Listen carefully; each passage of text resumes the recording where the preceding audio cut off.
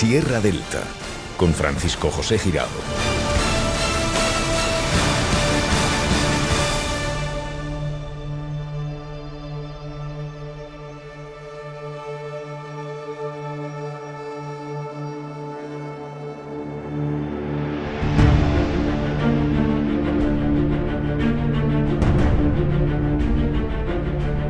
Desde comienzos de este año 2021 hasta el 15 de mayo han llegado a España de forma irregular 9.318 migrantes, un 42,2% más que hace un año en las mismas fechas, en las que llegaron unas 6.500 personas.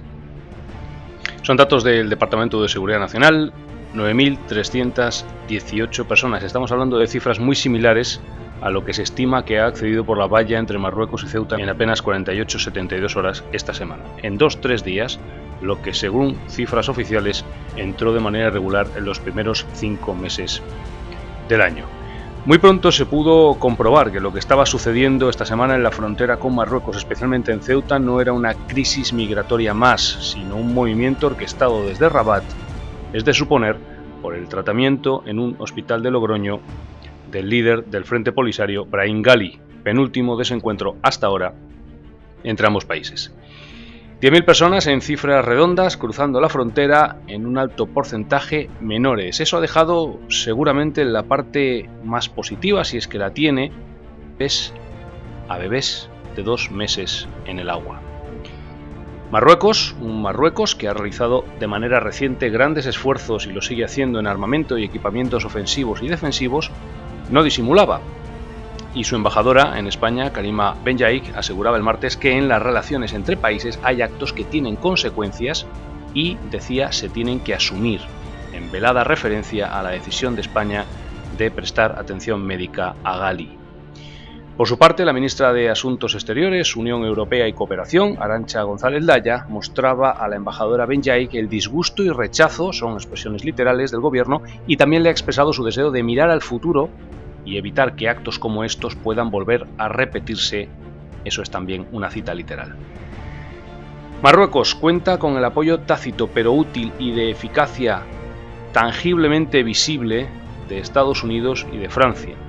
Por otro lado, tanto el Consejo Europeo, la Comisión Europea y la Comisaria de Interior han expresado su solidaridad con España y han solicitado a Marruecos que siga comprometido en la lucha contra la inmigración irregular y recordaron que la frontera de España es la frontera de la Unión Europea. Frontera de la Unión Europea que acaba en uno de sus extremos en Ceuta, ciudad española desde hace casi 600 años y asociada a la península y a sus pueblos desde siglos antes, que limita con Marruecos, reino soberano e independiente, desde 1956.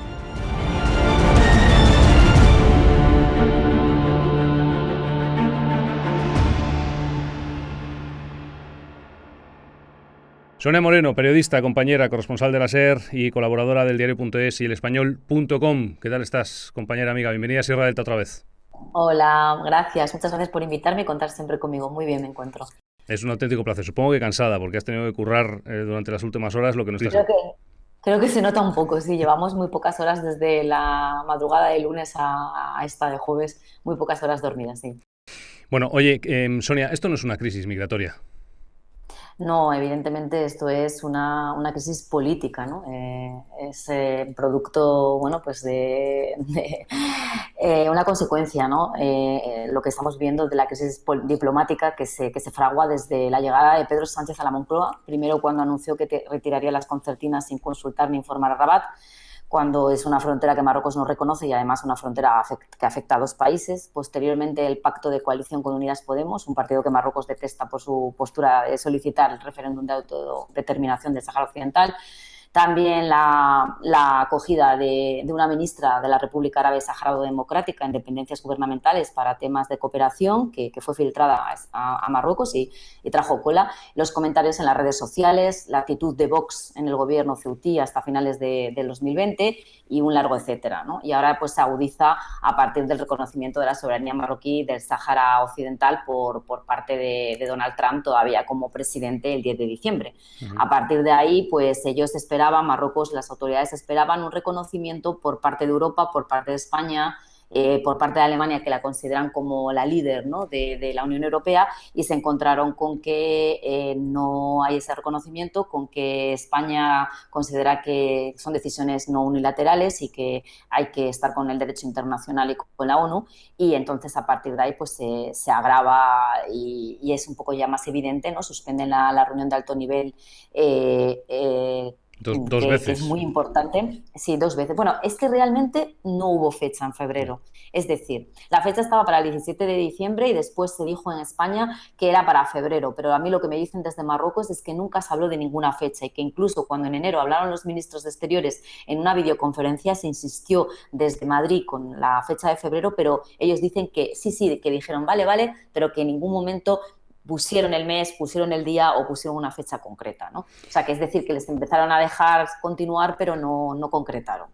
Por cierto, un Y pequeño paréntesis. ahora, Perdón, sí, no, sí, sigue. sí. No, y ahora decía pues que este es un nuevo episodio y la nueva excusa, que es bueno, la acogida del secretario general del Frente Polisario, pero que tiene que quedarle claro a la gente que esta no es una crisis actual, puntual por esta acogida, que esto ya viene de atrás y que esto es un episodio más y que es una excusa porque lo que ellos quieren y buscan es el reconocimiento de la soberanía del Sáhara Occidental. No, está claro que lo de Brahim Ghali sería en todo caso una suerte de guinda, pero atención al resumen que nos ha hecho en 2 minutos Sonia de los antecedentes inmediatos de toda esta crisis. Decía, pequeño paréntesis para los oyentes y las personas que nos están viendo en Sierra Delta. Si nos estás viendo en YouTube, sabes que esto forma parte de un programa mayor que es Sierra Delta 131, lo puedes buscar en iVoox, SD 131, todo junto, o Sierra Delta 131. Y si nos estás escuchando, pues que sepas que lo tienes en YouTube, que este segmento con Sonia Moreno lo puedes, además de escuchar, lo puedes ver en YouTube buscando lo mismo, Sierra Delta 131, SD 131. Estamos hablando del uso, antes de la pregunta que tenía preparada, una que me surge al escucharte, Sonia. ¿Tú crees de verdad que Marruecos, vamos a ver, la victoria a todos los niveles, geopolítica, geoestratégica, con la decisión de Trump poco antes de salir de la Casa Blanca es sin paliativos para Marruecos y para Rabat?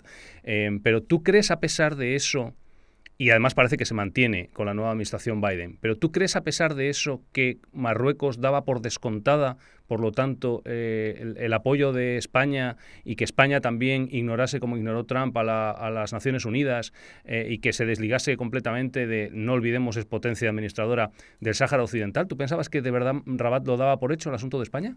Bueno, a ver, Rabat tiene trabajado mucho detrás, es decir, no es que Donald Trump salga un día a las 5 de la tarde, perdón, y haga un tuit, no es eso, es decir, hay un trabajo detrás. Tenía ya el reconocimiento de 20 diferentes países que han abierto consulados en Dakhla y en El Aaiún, ciudades del Sáhara Occidental, y tenía hablado con Italia y con Portugal, con Hungría, con algunos otros países digamos, bueno, y con Francia, que tenían intereses en terrenos e inversiones en el Sáhara, ¿no? Y que le habían dado como la palabra de que se haría como una especie de reconocimiento honorífico, ¿no? Porque al final esos consulados que han abierto ahí, que no tienen ni población, son honoríficos, no creo que tengan ni actividad. Entonces yo creo que sí que esperaba un gesto de España. Yo pienso que sí esperaba un gesto de España porque tenía además las fronteras cerradas, porque lleva presionando mucho tiempo, porque no ha habido OPE, porque no ha abierto las fronteras, porque no va a permitir la OPE por Ceuta y Melilla,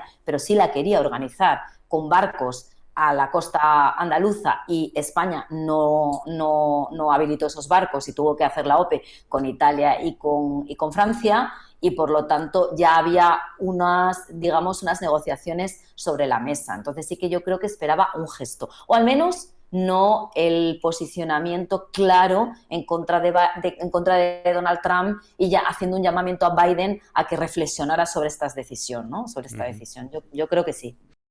Y supongo que tampoco esperaría, fast forward hasta esta misma semana, bueno, hasta hace unos días, el tratar en el Hospital San Pedro de Logroño a Brahim Ghali, que al final deviene en, no lo olvidemos, lo que es el uso de seres humanos, es decir, el empleo de seres humanos, que yo considero extremadamente grave.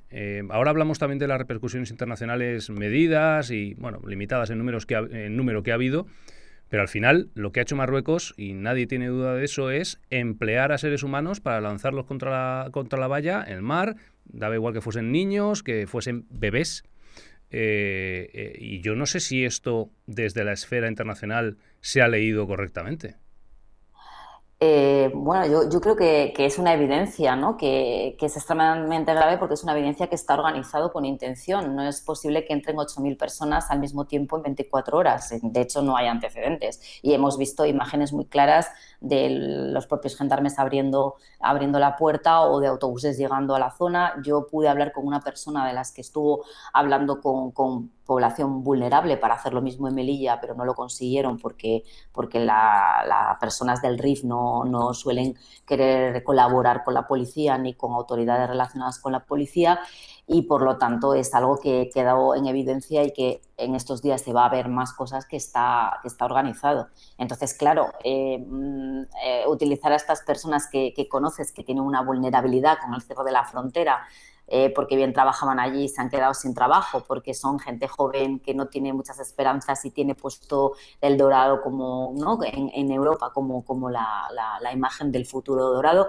es bastante cruel, ¿no?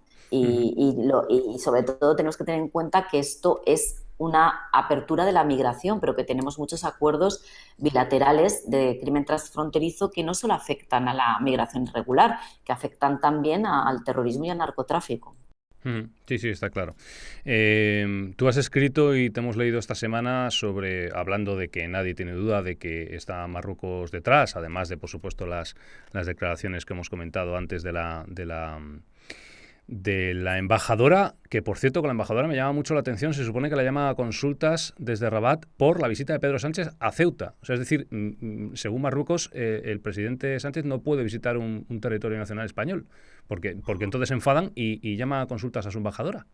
Bueno, no hay ninguna, digamos, versión oficial que haya habido un comunicado, que haya hablado ningún político, pero sí que el periódico 360, un periódico oficialista cercano al poder, comentó con la llamada a la embajadora, después de que la llamara nuestra ministra Laya, que la llamó Rabat al Ministerio de Asuntos Exteriores muy urgente, en 24 horas, comentaron que era en el marco de tres cosas. Por un lado, la salida de los 8.000 personas a Ceuta. Por el otro lado, la acogida humanitaria del líder del Polisario, Brahim Ghali, en el hospital de Logroño. Y la tercera, la visita de Pedro Sánchez, el presidente, a Ceuta y Melilla. Y además fue llamada justo cuando cuando Pedro Sánchez visita a Felipe VI y informa de que van a ir a Ceuta y Melilla. Sí, es algo que puede sentar mal. Acordémonos que la última visita que creó la crisis de la isla Perejil fue de José María Aznar en el año 2000. Y bueno, no se ha hablado sobre esta visita, al margen de esto, en los medios marroquíes. No sabemos nada, hay un silencio absoluto, pero es bastante obvio que es algo que no le gusta a Marruecos, seguro, vamos, no le gusta ni que los reyes ni que los presidentes en funciones. Otra cosa es la oposición, visiten esas ciudades porque las considera ciudades ocupadas, ¿no? Y eso sería una manera de reivindicar la territorialidad. Además, no solamente las visitó, ¿no? Sino que se ha lanzado un mensaje muy claro de unidad territorial, no solamente por parte de España, sino también por parte de Europa, y en el que han coincidido los distintos ministros. Acabamos de oír a Margarita Robles, la ministra de Defensa, también esta mañana. Con España no se juega. Claro, y también esto viene también acordaros cuando el primer ministro, el Omani, hizo las declaraciones en la televisión de Israel, diciendo que después de... ¿Israel? ¿Egipto? Sí, o Egipto, sí, Egipto. Perdona, Egipto. Efectivamente, gracias. De que después del Sahara vendrían Ceuta y Melilla, ¿no? Sí. Y que tuvo tanto impacto y que rápidamente todos los ministros a los que se les preguntó en ruedas de prensa en Madrid dijeron claramente Ceuta y Melilla son ciudades españolas. Pues desde hace unos cuantos siglos, además, como para dudarlo. Esto mencionaba yo antes tus informaciones, Sonia. Nos has mantenido a través de los medios en los que trabajas y colaboras perfectamente informados toda esta semana. Y eras tú la que había constatado la organización de, por ejemplo, autobuses. Me mencionaba yo de que no había dudas de la organización por parte de Marruecos, el envío de autobuses e incluso que lo que estaba planeado originalmente era un doble frente Ceuta y Melilla. Lo que pasa es que lo de Melilla falló. Al parecer fueron unas pocas decenas de personas las que traspasaron la frontera en Melilla, pero que la intención era mucho mayor y algo mucho más parecido a lo que pasó en Ceuta, ¿no? Sí, eso es lo que comenté también antes, cuando te comenté que había una persona que conocía que había estado hablando con estas personas, que fue la que me puso sobre la pista.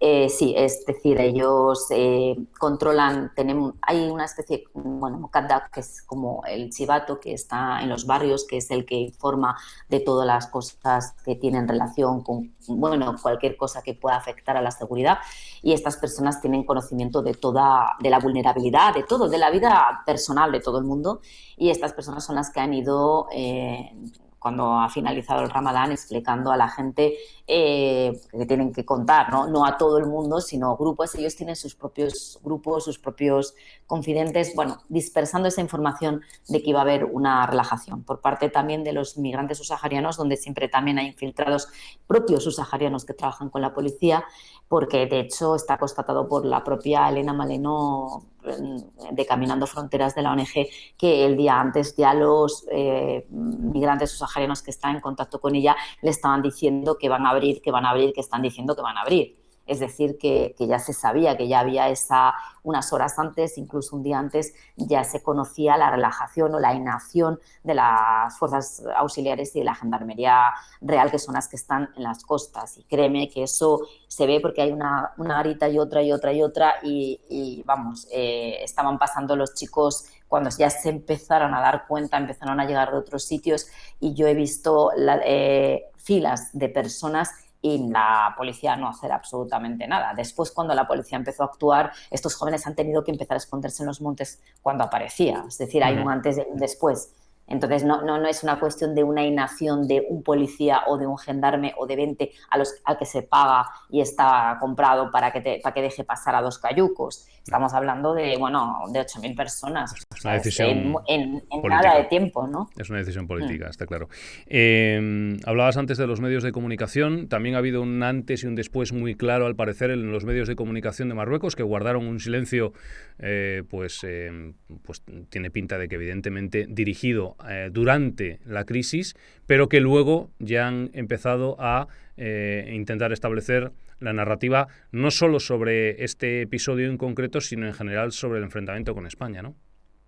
Sí, efectivamente. O sea, en todos estos días que hemos estado viendo todas las personas entrando en Ceuta, no ha habido ningún tipo, no solamente de información oficial, sino tampoco oficiosa, ni en prensa, ni en nada, alguna información de las personas que estaban entrando simplemente, y posteriormente ahora, pues desde ayer es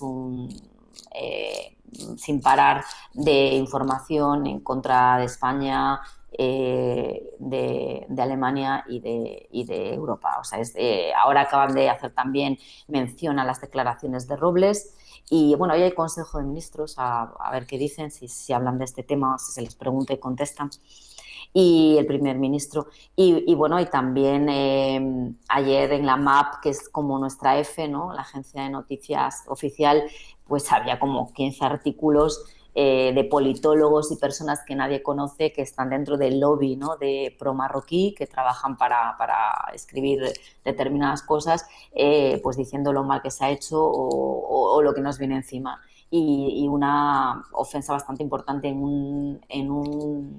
de opinión, en una columna de opinión del director de esta agencia, de la MAP, en la que, bueno, habla de Pedro Sánchez directamente, y en el que habla de esquizofrenia, escrito, etcétera. si no me equivoco, porque es al menos la versión que yo he leído, directamente en francés, ¿puede ser? Sí, está escrito en francés, yo lo he traducido esta mañana en la SER, lo tengo por aquí exactamente lo que dijo. Me parece importante, ¿eh? Sí, Decir, que pues no esté en árabe. O sea, me parece un detalle importante, no sé. Claro. Bueno, de todas maneras la MAP está en español, está en árabe, está en inglés, está en diferentes lenguas, pero bueno, que lo sacaron en español, no lo sacaron, pero sí lo sacaron en francés, pero bueno, podrían haberlo sacado solamente efectivamente en árabe, ¿no? Pero lo han sacado en francés. Sí, habla de traición y de esquizofrenia Eso es. España y pregunta abiertamente, ¿pero qué esperan de Marruecos? ¿Ser un Estado sin carisma, sin legitimidad, sin intereses, sin orgullo nacional o sin historia? Y contesta, sería suicida para nosotros seguir avanzando con personas que no son leales, que son hipócritas, mentirosas, que te clavan un cuchillo en la espalda a la primera oportunidad, que son incapaces de construir una alianza estratégica basada en intereses bien entendidos. No hay nada que hacer. Ahora parece que este camino está bloqueado. El asunto de Ceuta es un regreso a la realidad en una relación de fantasía. Y finaliza, el pobre gobierno de Pedro Sánchez se precipita directo al muro tocando la bocina. Y por el medio habla de Bruselas y sus subsidios y de Berlín y su fallido complejo neocolonial. ¿Qué se espera de Marruecos? Bueno, en una pequeña nota de opinión se podía esperar a Marruecos, primero, que respetase las fronteras de sus países vecinos y segundo, que no utilizase ni a sus nacionales ni a personas de origen subsahariano para lanzarlos al mar, en algunos casos con 2 meses de edad, para arriesgar sus vidas en un movimiento geopolítico. Eso como poco se podría esperar de Marruecos. Pero estamos analizando el asunto, así que mi siguiente pregunta va por la esfera internacional, que lo has apuntado también antes en el resumen que nos has hecho, Sonia. A mí también me ha dejado un poco frío y la verdad es que no lo esperaba. Determinados, incluso en Twitter, parece como que la sombra de Trump es un poco como alargada y el US AFRICOM en Twitter publicaba en plena crisis un tuit de amistad y de relaciones con Marruecos y lo importante que es Marruecos para la seguridad de la zona del Magreb y las relaciones de Estados Unidos que datan de los años 1800. A estos países jóvenes 2 siglos les parece muchísimo tiempo, es lo que tiene ser joven como país, y entonces que Estados Unidos tiene relaciones con Marruecos desde 1800, es decir, mucho antes de que existiese el país. Claro, se están viendo este tipo de reacciones, más tácitas que otra cosa, desde el Departamento de Estado, también, bueno, pues se juega luego un poco la ambigüedad, apoyamos a España y apoyamos a Marruecos. Marruecos, lógicamente, probablemente, no sé, aquí es donde te pregunto tu opinión, ¿hubiese encontrado el valor verdaderamente de realizar este movimiento si no supiese que cuenta directamente con el respaldo más o menos tácito, pero muy visible, de Estados Unidos y de Francia? A ver, cuenta también con Gran Bretaña Correcto. y todo se adelantó un poco, ¿no? Porque realmente la idea que ellos tenían es que se pensaban que iba a ganar Trump. Entonces, a mí ya me habían dicho que tanto la soberanía marroquí la iba a reconocer tanto Gran Bretaña como Estados Unidos, ¿no? Pero ¿cuál era el planteamiento? El planteamiento es que las elecciones estaban para el segundo semestre, entonces tenían intención de adelantarlas, ¿vale? Para que Trump hiciera la declaración posteriormente a que se formara gobierno, porque lo que querían era no vincular este reconocimiento directamente con la monarquía, sino que fuera más con la política, ¿no? Y también estaba el reconocimiento de Israel, y el reconocimiento de Israel, el PJD, que es un partido islamista súper pro-palestino, no lo iba a aceptar. De hecho, Elon Musk, el primer ministro, se ha pasado haciendo tweets cuando, entre otras personas, yo dije que iba a haber un reconocimiento de Israel, estuvo diciendo que esto es mentira, no va a pasar y que nunca se iba a reconocer a Israel en Marruecos, ¿no? Entonces, fijaros que no hubo ni casi manifestaciones. Es verdad que algunas las reprimieron, pero esas grandes manifestaciones que veíamos pro-Palestina se acabó, porque es un tema real, y cuando es un tema real esto, sí. El propio primer ministro que ha hecho estos tweets se ha sentado al lado del rey con los israelíes una semana después de restablecer las relaciones bilaterales, o sea que esto diplomáticas, ¿no? Entonces era todo y se pensaba, fíjate, ellos tenían intención de que Gran Bretaña reconociera antes que Estados Unidos esto, que ahora Gran Bretaña está callada, no sé qué es lo que pasará. Entonces ese era el plan, pero claro, perdió las elecciones Trump, y Trump le dio con muy poco margen de maniobra a Marruecos y dijo que lo iba a anunciar. Entonces ya pues salió así, ¿no?